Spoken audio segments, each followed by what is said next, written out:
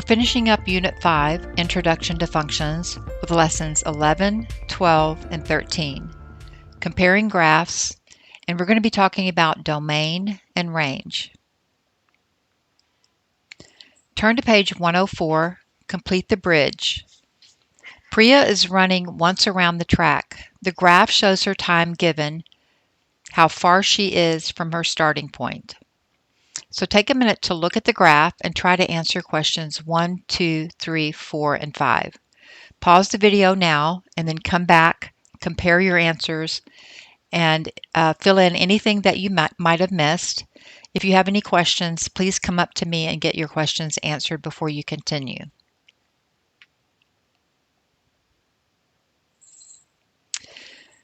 All right, we're looking at the graph. Okay, the distance from the starting line in meters. So we're going to start at 0. We're looking for her farthest distance from her starting point. So remember, the x-axis is the distance from the starting line. So we start at 0. You get further away from that starting point. Okay, the furthest distance on this graph. So we're looking at the distance. That's going to be our x-axis. We go out. And if you're looking at how the increments are counted, these are increments of 25. 25, 50, 75, 100, 125, 150, 175, and we don't have this last point, but we know to add 25 to 175 to get 200 meters. Now I want you to estimate how long it took her to run around the track. So she runs around the track. All right, looking at the graph, it's about 74 seconds, okay, because the time in seconds, she's going to go out and then come back to the starting point. Getting back there is about 74 seconds. Now look at the graph and estimate when she was 100 meters from her starting point. Okay, so the distance from the starting point, we're right here at 100. We're going to go up and we see that it crosses that line somewhere between 12 and 24. So I'm going to call that about 18 seconds. What did you get? All right, now it also crosses up here. I'm going to go across to the y-axis. That's between 48 and 60. So estimate where that crosses. I put about 55 seconds. If you got somewhere close, 54, 56, okay, you're on track.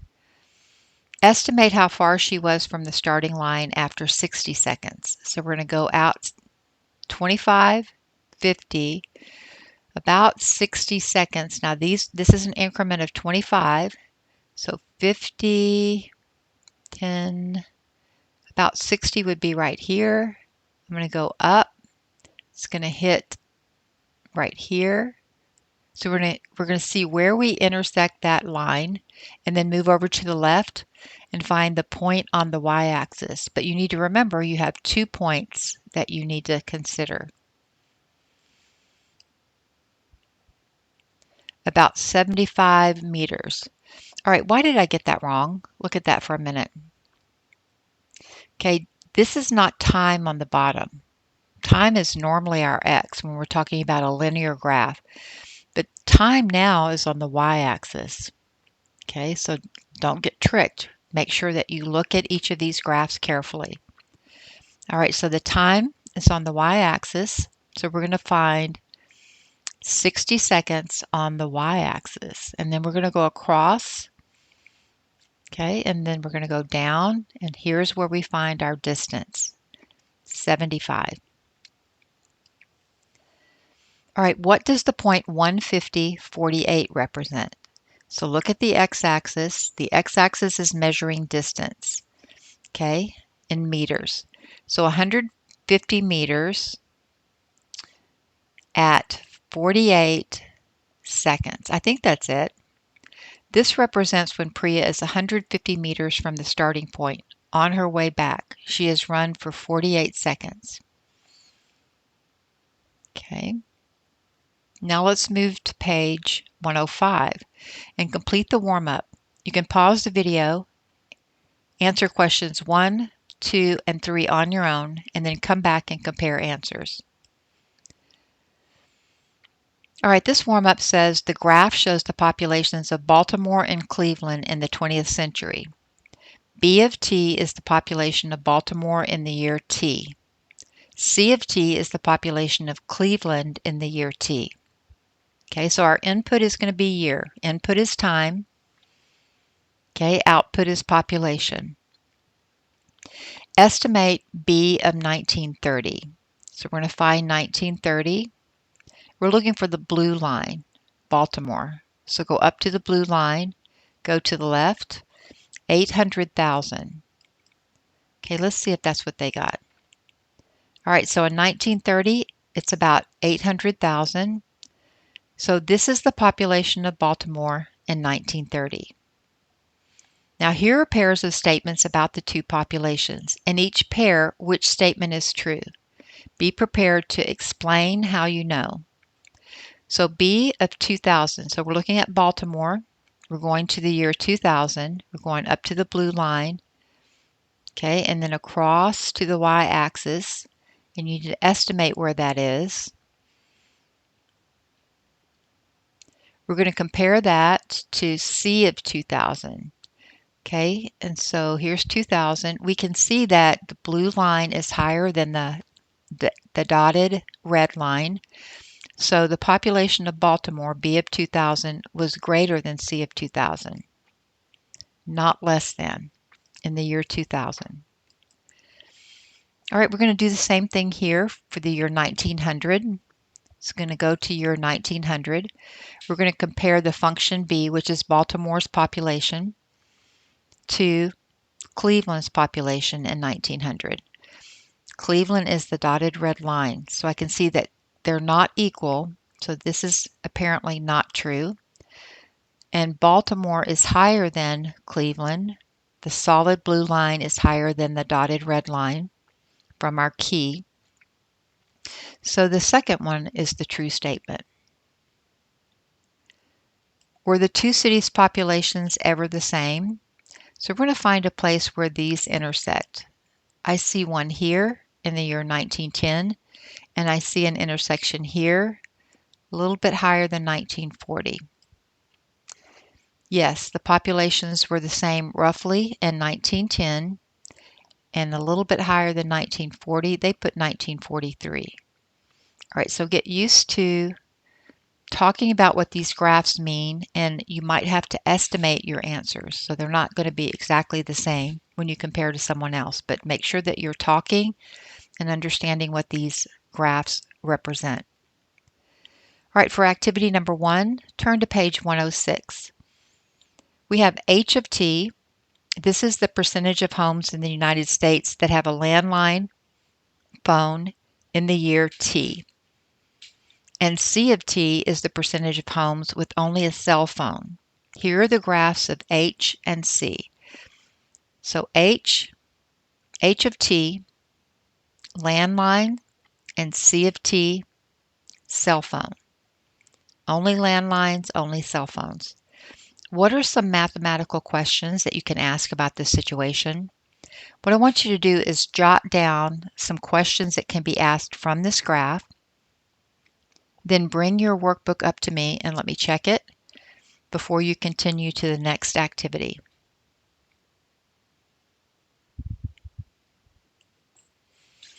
All right, now that you've gotten the last problem activity checked, we're moving into activity 1, wired or wireless. So we're looking at the same type of thing, same graph. I want you now to estimate H of 2006. So 2006 is our input. That's going to be our year. Find 2006. And H is going to be our landline, so it's going to be the blue line. Go back to the left and estimate what that is. Do the same thing for the dotted red line. C of 2006. Go back to the left and estimate where that value is. Okay, for H of 2006, I got about 85. Okay, it could be a little bit higher than that. C of 2006 is about, I put 14. What did you get? Did you get something the same or did you get something different? In 2006, 85% of homes had a landline and 14% of homes had only a cell phone. So that's how you convert those numbers into words. What is the approximate value of t when C of t equals 20? So now we don't have the input, we have the output, we have the answer. So we're going to go to the y-axis to 20. We're going to go across and hit that line. We're looking for the dotted line. We're going to go down, and the approximate value I see is 2008. Now, what does that mean? It means in 2008 that 20% of homes had cell phones, because this is percentage over on the left. All right, determine if each equation is true. Be prepared to explain how you know. We have C of 2011. So we're looking for the year 2011. It's going to be right here. Does it equal to H of 2011? In other words, these two lines intersect. Okay, no. The cell phone use is about 30%. Okay, right here. And the landline is about 70%. If you look over here, somewhere between 60 and 70. So they're not equal. Now let's look at C of 2015. So we're going to go to 2015. C is the dotted line. Go up to that. It's also going to hit the solid line. So those two are equal. Yes, they are the same amount because in 2015 they intersect. So that means they're equal in 2015. Interpret the following statement. For t greater than 2015, C of t greater than H of t. Is this statement true? So don't make this harder than it is. We're just looking for any year over 2015. So that's going to be, this is 2015. So we're going to start here and we're going to go forward. Is C of t greater than H of t? In other words, is that dotted line greater than that solid line starting in 2015? Is the dotted line greater than the solid line? And it looks like that's what's happening. So how do you explain that? We say, first of all, that the statement is true. After 2015, the percentage of homes with only a cell phone is greater than the percentage of homes with only a landline.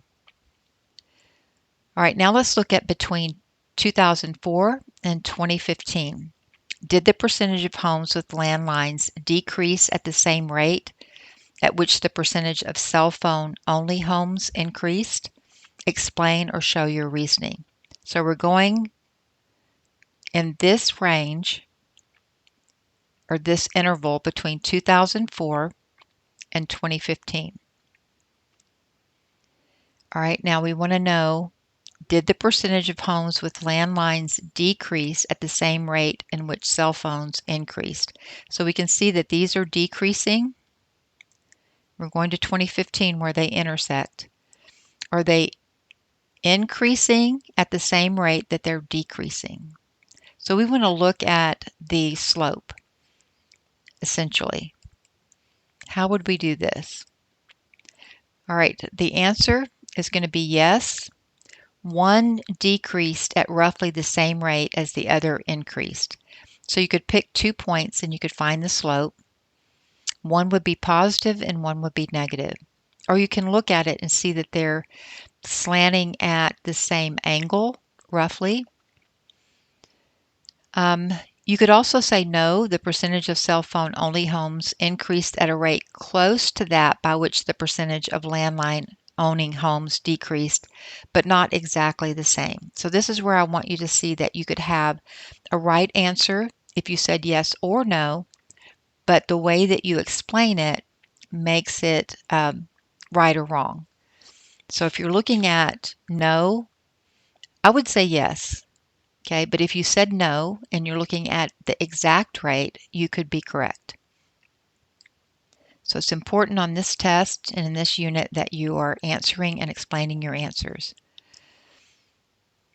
All right, between 2004 and 2015, did they, I was looking to see if we had a different question, did they decrease? All right, a sample explanation. In 2004, only about 6% of phones had cell phones. So here are some ways that you could dig deep and explain. In 2015, about 48% did. So they're finding those 2 points. 2004, 6, 2015, 48. And then they're calculating the slope. So we're subtracting the y's, 48 minus 6, putting that over the difference of the x's, 2015 minus 2004, to get 42 over 11, and that's about 3.8. This means the percentage of homes relying only on cell phones grew by about 3.8% each year. Now we're going to look at the landline, or the solid blue line. In 2004, about 92% of homes had a landline. That's just the estimate that I see. And in 2015, about 48% did. So we have these 2 points, the x and the y. So we're going to find the difference of the y's. So 48 minus 92 over 2015 minus 2004 is negative 44 over 11. And then you can simplify that to negative 4. So this means the percentage of homes that used only landlines fell by about 4% each year. You can see that these two numbers are close to 4, depending on what you use to calculate the slope. So you can say yes or no and justify your answer by the slope or by the rate of change. One is positive, one is negative, and they're roughly the same number.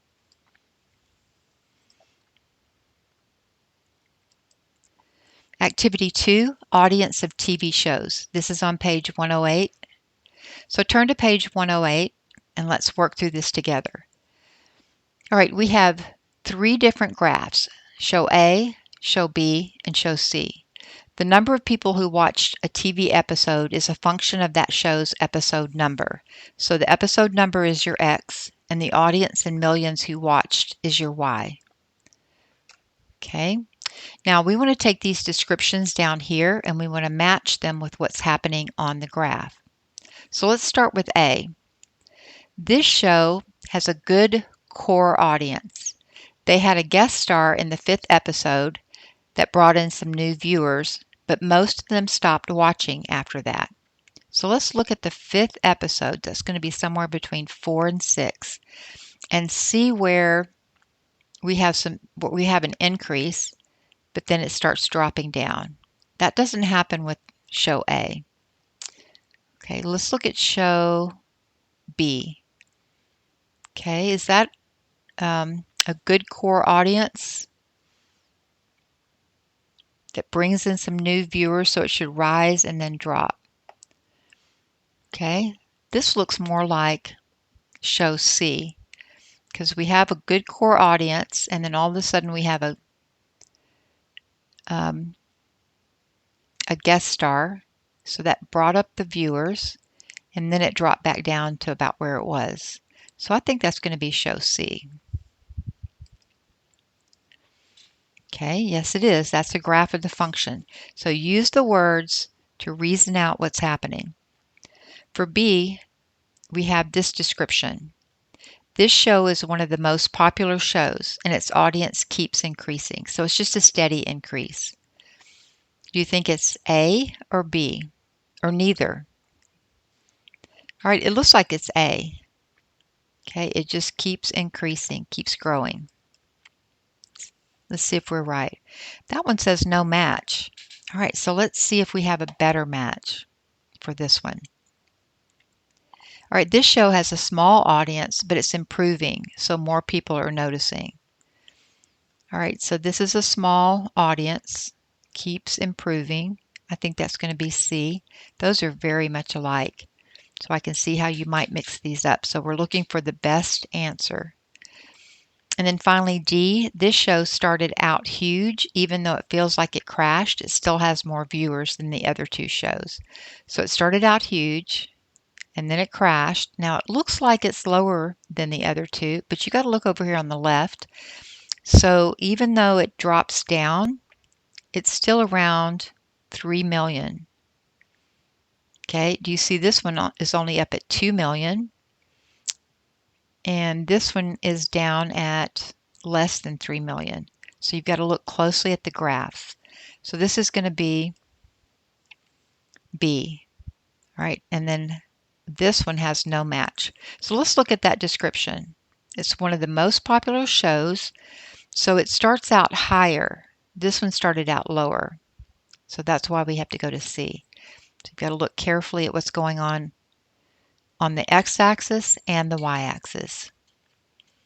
Now let's look at those three shows, A, B, and C, and tell me which is greatest, A of 7, B of 7, or C of 7. So what I've done is I've drawn some dotted lines here.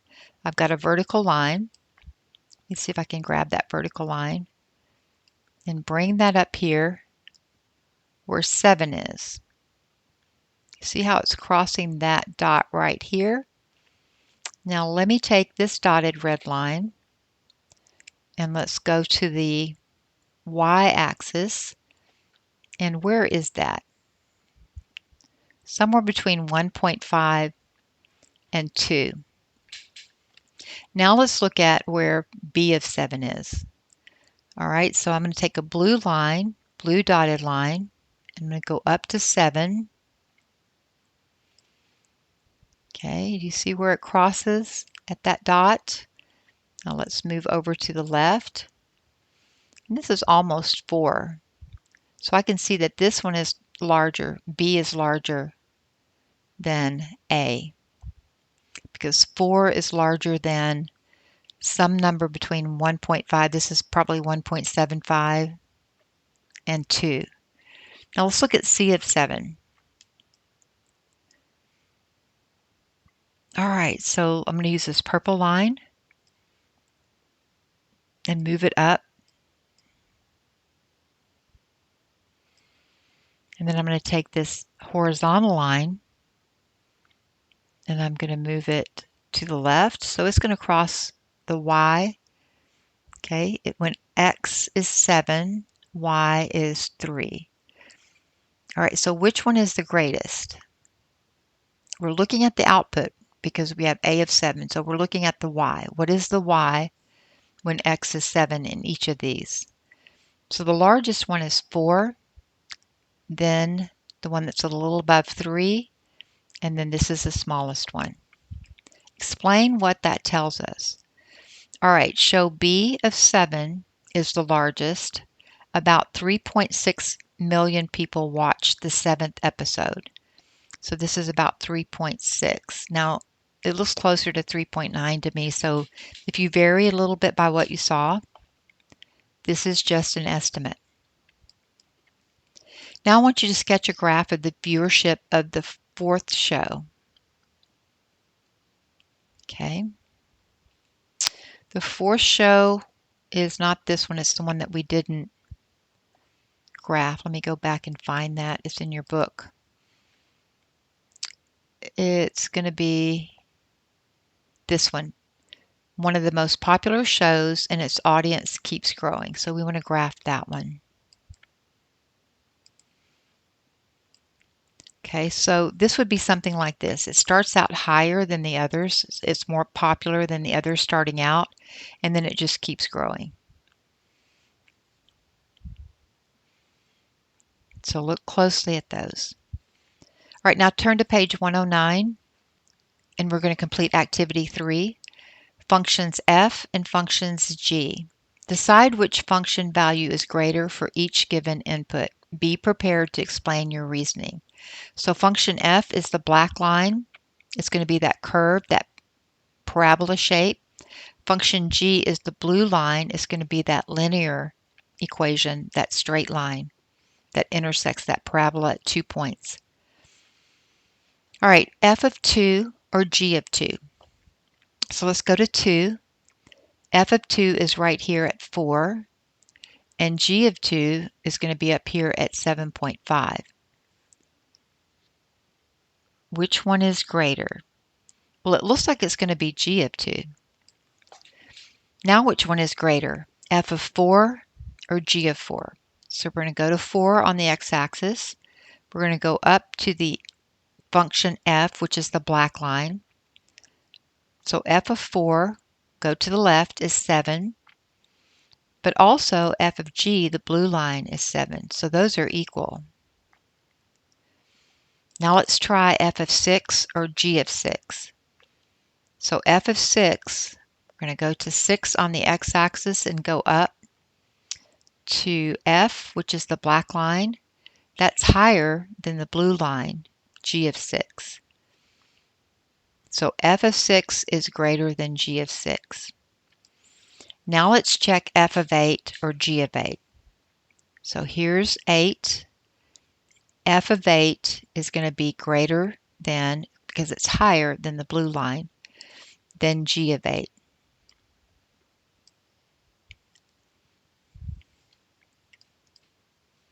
Is there a value of x for which the equation f of x equals g of x is true? So we can see where those two intersect. So that value is going to be, for x, is going to be 4, and it's also going to be about, it's going to be 9. 4 and 9. Okay, yes, the graphs intersect when x is 4 and when it's 9. So f of 4 equals g of 4, and f of 9 equals g of 9. Make sure that you're writing down how to explain.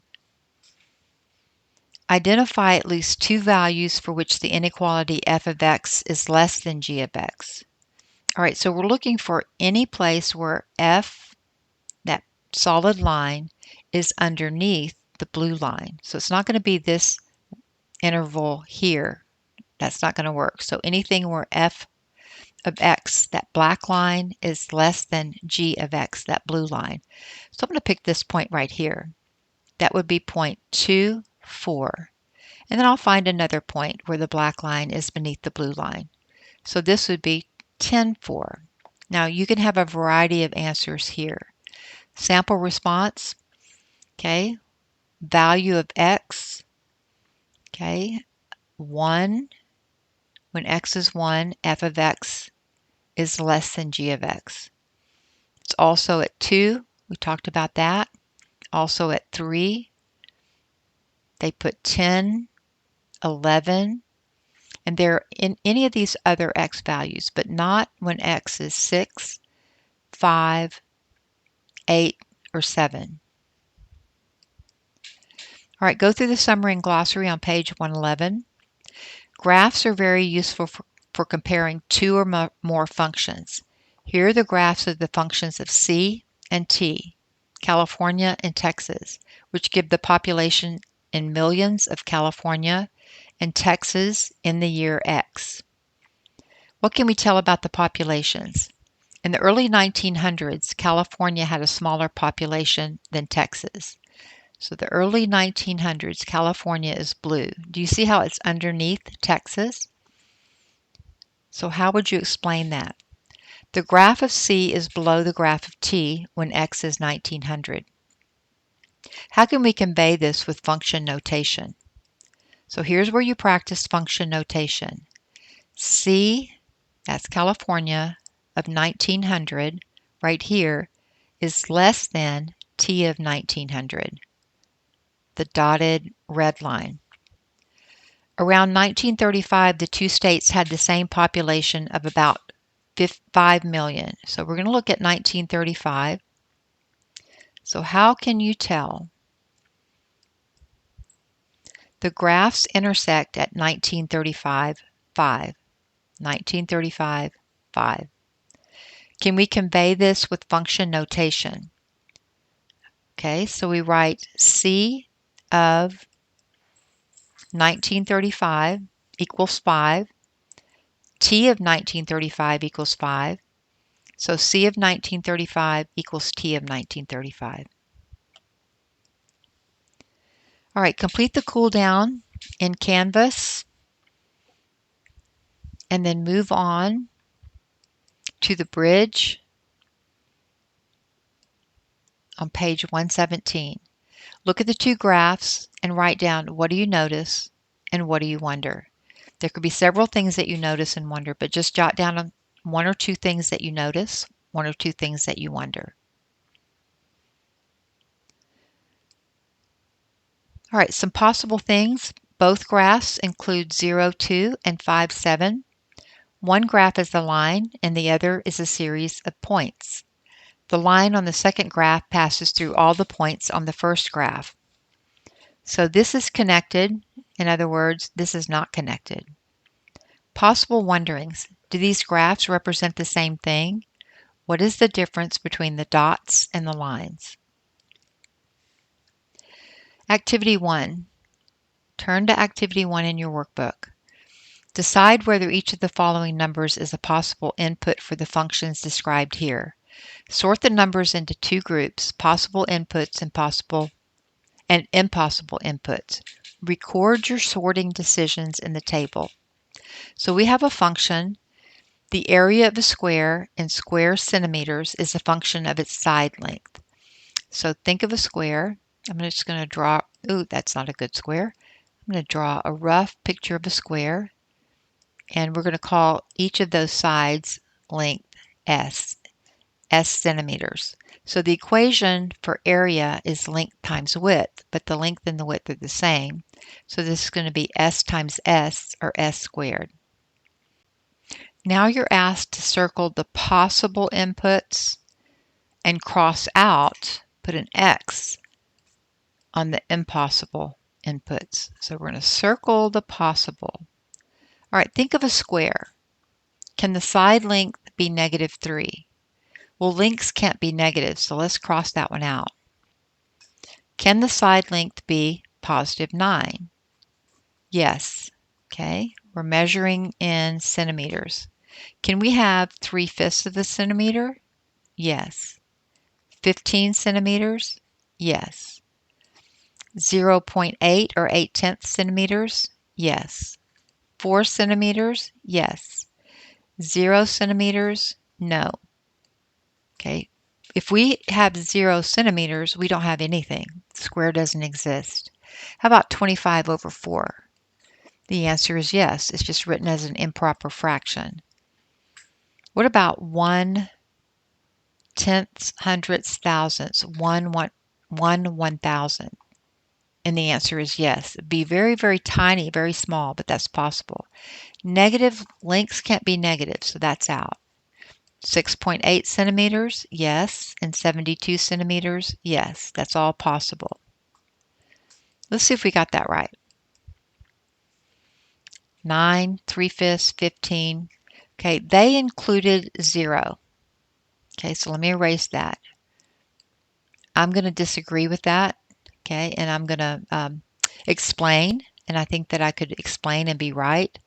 But can you explain and be right and say that a square could have a side of 0 centimeters? I'm still going to cross that out and say that that's not true. So that's kind of a question mark there. That one right here. Okay, but all of these others are positive and they're all possible. The impossible inputs are -3 and 18. And I'm still going to stick with zeros and impossible because we cannot have a square with a side length of 0. Let's look at question number 2. A tennis camp charges $40 per student for a full day camp. The camp runs only if at least 5 students sign up, and it limits the enrollment to 16 campers a day. So here's a constraint. Think back to the previous units, the earlier units at the beginning of this course. Remember, we cannot go over, campers have to be less than or equal to 16. All right, the amount of revenue in dollars that the tennis camp collects is a function of the number of students that enroll. So we have the equation R of n equals 40n to define this function. We want to circle the possible inputs and cross out the impossible inputs. All right, so what is n? Okay, n is, let's look at this carefully. The input is going to be the number of students. Okay, so can we have -3 students? That's impossible. Can we have 9 students? Yes. Can we have 3/5 of a student? No. Can we have 15 students? I'm going to look at that carefully though, because we have a constraint of 16 campers a day. Okay, I'm also going to look at this constraint. We need to have at least 5 students. Okay. Students have to be greater than or equal to 5. Okay, so is 3/5 greater than or equal to 5? The answer is no. Is 9 greater than or equal to 5? Yes. But 8/10 is a fraction. We can't have 8/10 of a student, and it's also not greater than 5. 4 is the whole number, but it has to be greater than or equal to 5. 0, we have to have at least 5, so that number has to be over 5. And 25 over 4 is not a whole number, so I'm going to cross that out. And it's also, I don't think it's over 5. This number is not over 5. This is a negative number. We can't have negative amounts of students. This number is over 5, but it's a fraction. We can have a fraction or a part of a student. And this is a whole number, but it's over, it has to be under 16. We've got to look at all those constraints. Let's see if we're correct. So the possible inputs are 9 and 15. That's what we got. The impossible ones, we explained how those can't work with that word problem. All right, so for problem number 3, the function is the relationship between temperature in Celsius and temperature in Kelvin. Kelvin can be represented by function K. So K of C equals, if we put in the temperature in Celsius and we want the temperature in Kelvin, we use this formula, Celsius plus 273.15. That defines this function where C is the temperature in Celsius and K of C is the temperature in Kelvin. Circle the possible inputs and cross out the impossible. All right, can we have -3? Remember what we're putting in. We're putting in Celsius. Can we have -3 degrees? I believe so. Can we have 9 degrees Celsius? Do we have any constraints here? Can we have 3/5 degrees Celsius? Doesn't say we can't have a fraction because we've got a fraction which converts to a decimal right here. What about 15 degrees Celsius? The answer is yes. 8/10 of a degree Celsius? How about 4 degrees Celsius? These all look possible to me. Even 25 over 4 Celsius. 1/100 Celsius? -18? Do you see anything that could be an impossible input? I think they're all possible. All right, so let's uncover this and let's see how we did. Possible inputs, all values. Impossible, no values. All right, go through the lesson debrief. Go through the summary and glossary. So I'll go through the debrief with you, and then I want you to do the summary and glossary if there's one at the end of this lesson yourself. Function Q gives the number of minutes a person sleeps as a function of the number of hours they sleep in a 24-hour period. All right, so we're going to take minutes and convert them to hours. Decide whether each value or set of values described in the first column could be in the domain and in the range of the function. Domain is your X values. Range is your possible Y values. All right, so could negative values be in the domain? So in other words, can a person sleep negative minutes? No. Also can't have that in the range. What about 0? Can they sleep 0? Yes. Okay, also in the range, because we're simply converting hours to minutes. What about values less than 1? Values less than 1. The answer is yes, because this is seeing if maybe you thought this was a negative numbers, but there are some very tiny numbers between 0 and 1. Okay, they might have slept 1 hour, they might have slept half an hour, they might have slept 1/10 of an hour. We're still going to be able to convert that to minutes. Okay, what about 24? Yes, a person can sleep 24 hours in a day, but what about 25? That's going to be no. Okay, we can't input the number 25, but we can have 25 in the range. We can convert hours to minutes and we can get 25 minutes, but we can't input 25 hours because there are only 24 hours in a day. We're going over what's possible. What about 60 hours? No, but in the range, in our answer, we can have 60 minutes.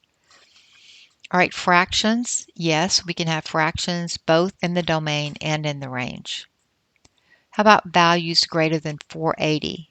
In the domain, we already can see that we can't go over 24 hours in a day. But we can have a value of 480 minutes in the output in the range. What about 1500? No for the domain and no for the range, because when we get to 1500 minutes, we're going over 24 hours. All right, go through the student summary and glossary on page 121. Continue to highlight this, take some time, and move on into the next lesson after you complete the cool down in Canvas. All right, now turn to page 126 and complete the warm-up. Which one does not belong? Now, each of you can get different answers, but I want you to pick one and explain why you think that doesn't belong. There's no right or wrong. I just want to see what your thinking is. Come up to me and show me what you have in your workbook before you move on. All right, let's move to activity 1 once you have this checked. And let's read the activity and try to work through this together. This is on page 127. A child gets on a swing in a playground and swings for 30 seconds and then gets off the swing. Here are the descriptions of 4 functions relating to the situation and 4 graphs representing them. The independent variable, let's highlight that, in each function is time. So the x is time, and we're measuring in seconds. Match each function with a graph that could represent it. Then label the axis with the appropriate variables. Be prepared to explain how you made your match. All right, so read through that. Okay, here are function h, the height of the swing in feet as a function of time since a child gets on the swing.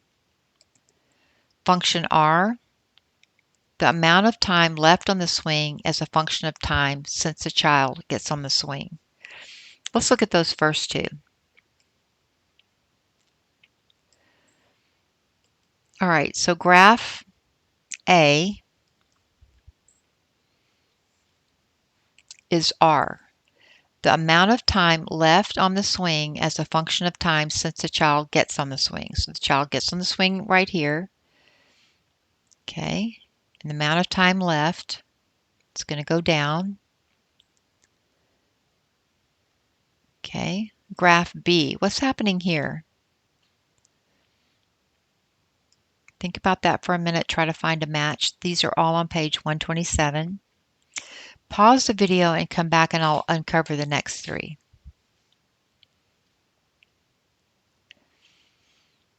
All right, graph B is going to go with